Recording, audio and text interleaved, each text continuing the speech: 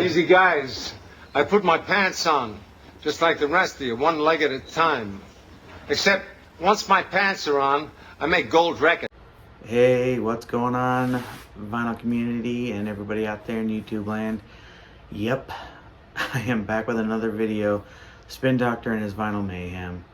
And yeah, it's been a while, I know. And this time, I'm going to do something different. I'm not going to show any records. I'm going to talk about equipment upgrades. Something I don't talk about and honestly haven't really done a lot of until recently. And you know, just to get into it, you know, I've talked about how I live on a budget, or I shop on a budget, I should say. I mean, I live on a budget, obviously, you know, married and have 3 kids and everything. And obviously, you know, I do all my record buying on a budget. You know, I talk about that quite constantly. But also, I mean, obviously I do most of my upgrades to my system on a budget as well. You know, so I started off with a very cheap, plain record player, you know, and have slowly worked my way up to better stuff over the years. And right now, you know, I wanted to upgrade more recently, and I decided now's the time to do it. And I've done that, and I wanted to kind of talk about that a little bit. So first I want to talk about my stereo, jeez, my record player. So I'll be blunt with you, I don't have a super expensive record player. I upgraded to a Audio-Technica LP3 about, oh geez, I guess 2 years ago. And I wanted a fully automatic one, record player, because I'll be completely honest with you, my eyesight sucks. And I won't get into all that, but my eyesight sucks. And so I always have a really hard time dropping the needle in a really good spot. And also, I'm not gonna lie, I'm a little lazy.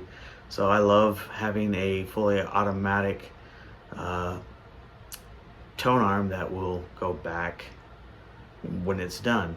And I like being able to push a button and having it go when it needs to. And the Audio-Technica LP3 has that capability. But I also wanted one that had the capability that if I wanted to, I could change cartridges and, you know, do some upgrades to it, which I liked. I liked the fact that it wasn't Bluetooth, because I wanted something that you plugged in.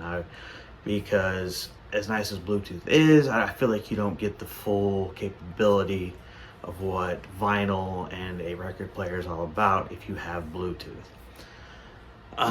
So I bought that, like I said, about 2 years ago, and at the time it was maybe around 200 bucks. Now since then, they've gone up in price. I think they're closer to $300.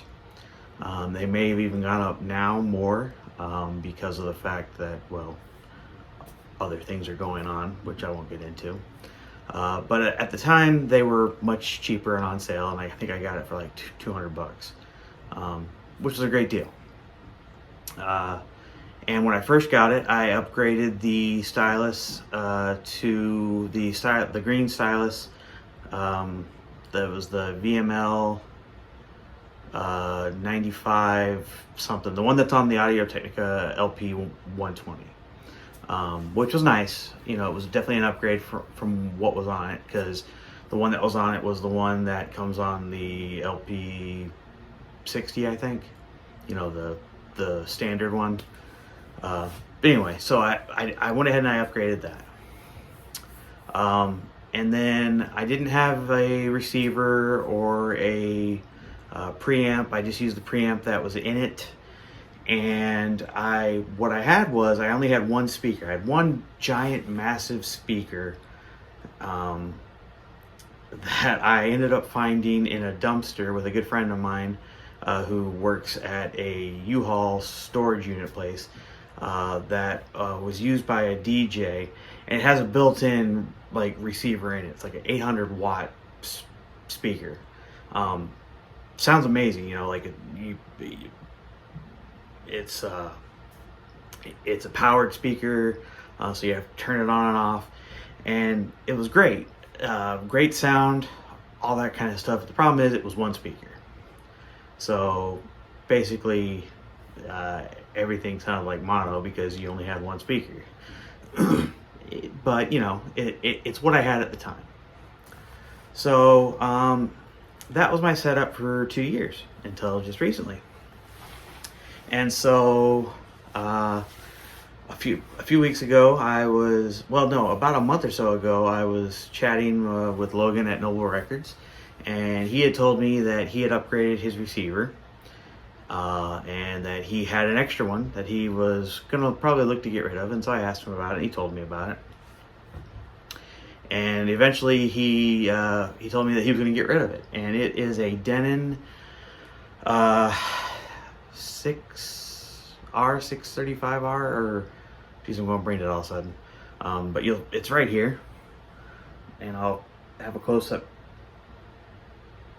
picture of it. It's a 2-channel receiver. Came out in the 90s. It's 80 watt per channel, which I know isn't very much. It's got a built-in phono preamp, which is nice. Yeah, it's a pretty nice receiver, and it's, you know what, it's basic enough. It does the job, but it's good quality. Denon makes good products, and I'm very happy with it. So I picked that up about 2 weeks ago. From them, and but again, I only had the one speaker, so that was the one thing about it that kind of sucked. I thought I had some other speakers that I thought were going to work out, but turns out they were junk. So I knew I needed speakers.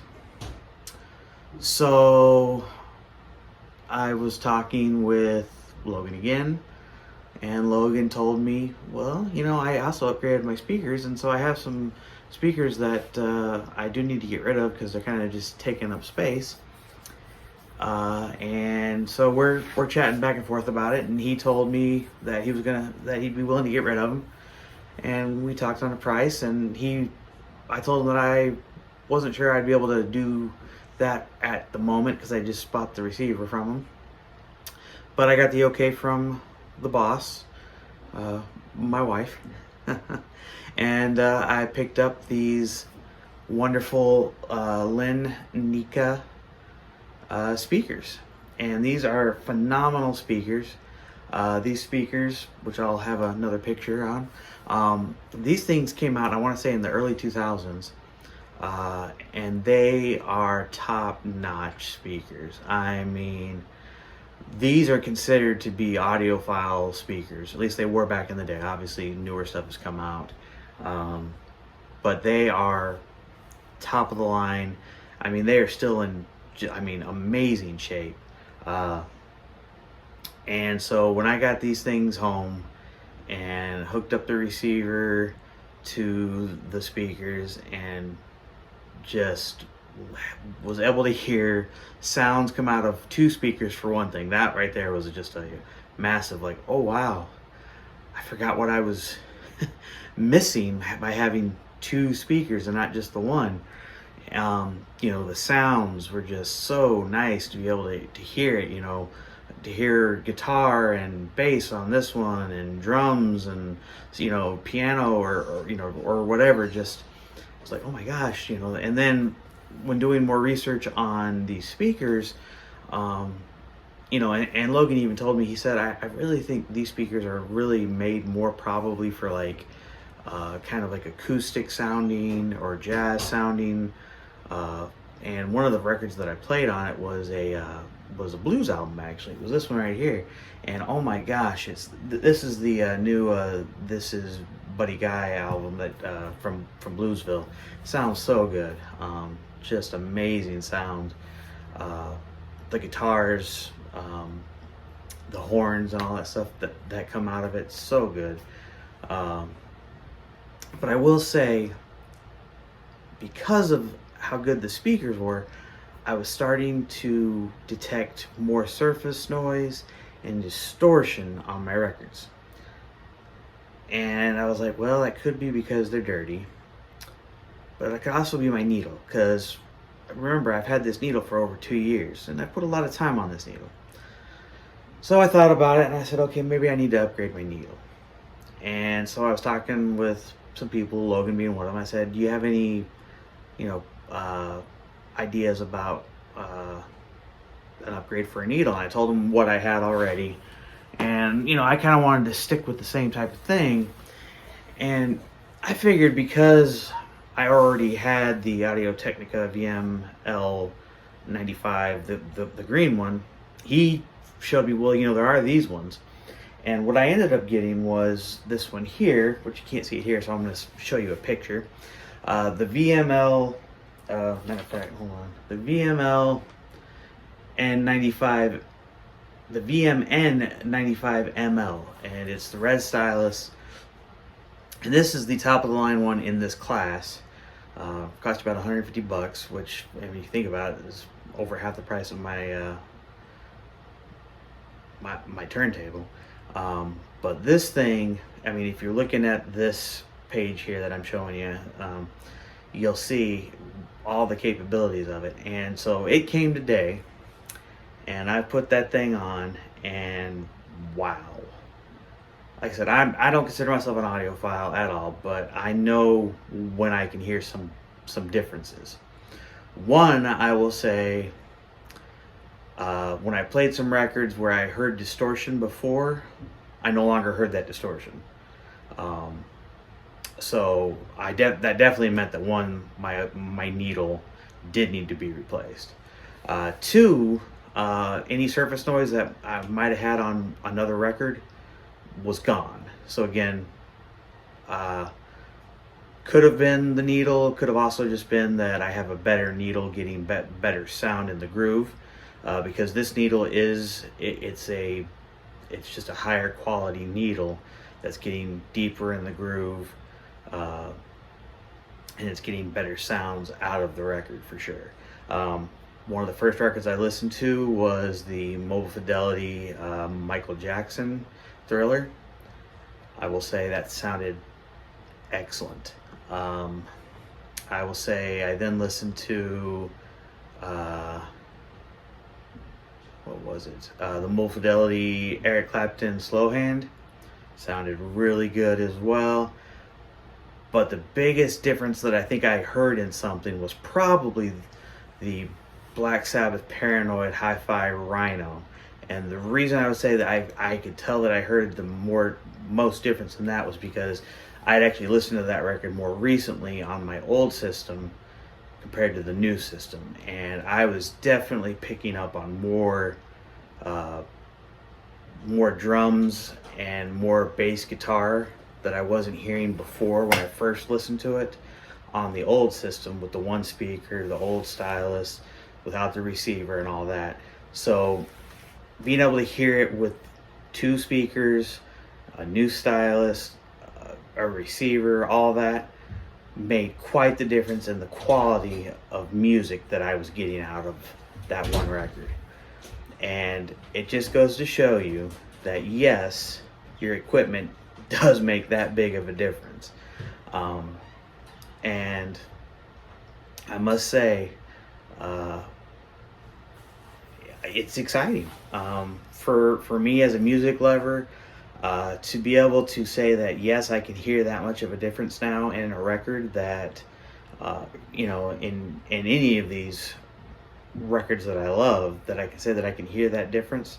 Like I said, it's very exciting. Now, am I going to be one of those guys that goes out and spends more and more money on better equipment? No, because again, I'm doing this on a budget. I got a really great price on these speakers. When I saw that people were selling these exact speakers for over $1,000, and I spent way less than that. And I spent, I'm not gonna tell you what I spent on any of this stuff, but I spent less on the receiver. I told you what I spent on the Stylus, but that's because I bought it from the Audio-Technica website. But when I know what people are spending on equipment, and what I just spent on a budgetary sound system, and the difference it made for me, I'm happy with that. Is it audiophile? Well, probably not. Is it audiophile for me? Yes. And that's what makes the difference. And that's what matters most, is that it's good enough for me. And if it makes that much of a difference for me, I'm happy. So anyway, guys, just know that you don't have to break the bank to make records sound better. You don't have to break the bank to make yourself happy. I was able to do it, and I couldn't be happier now. So I want to thank Logan. He was really helpful in getting me great deals on the stuff that he sold me, helping me make the decision on the new needle I bought, and also just being a good friend too. So I know he's not going to watch this video, but just want to thank him anyway. Thank you guys for watching. If you like what you saw today, leave me the old thumbs up. Leave me some comments. Let me know of some upgrades that you've done to your equipment lately, and what was good and what was bad. Yeah, until next time, I got some more videos coming up. I'm gonna talk about some records and maybe some album reviews of some stuff that's come out here recently. But until next time, peace and love. Bye.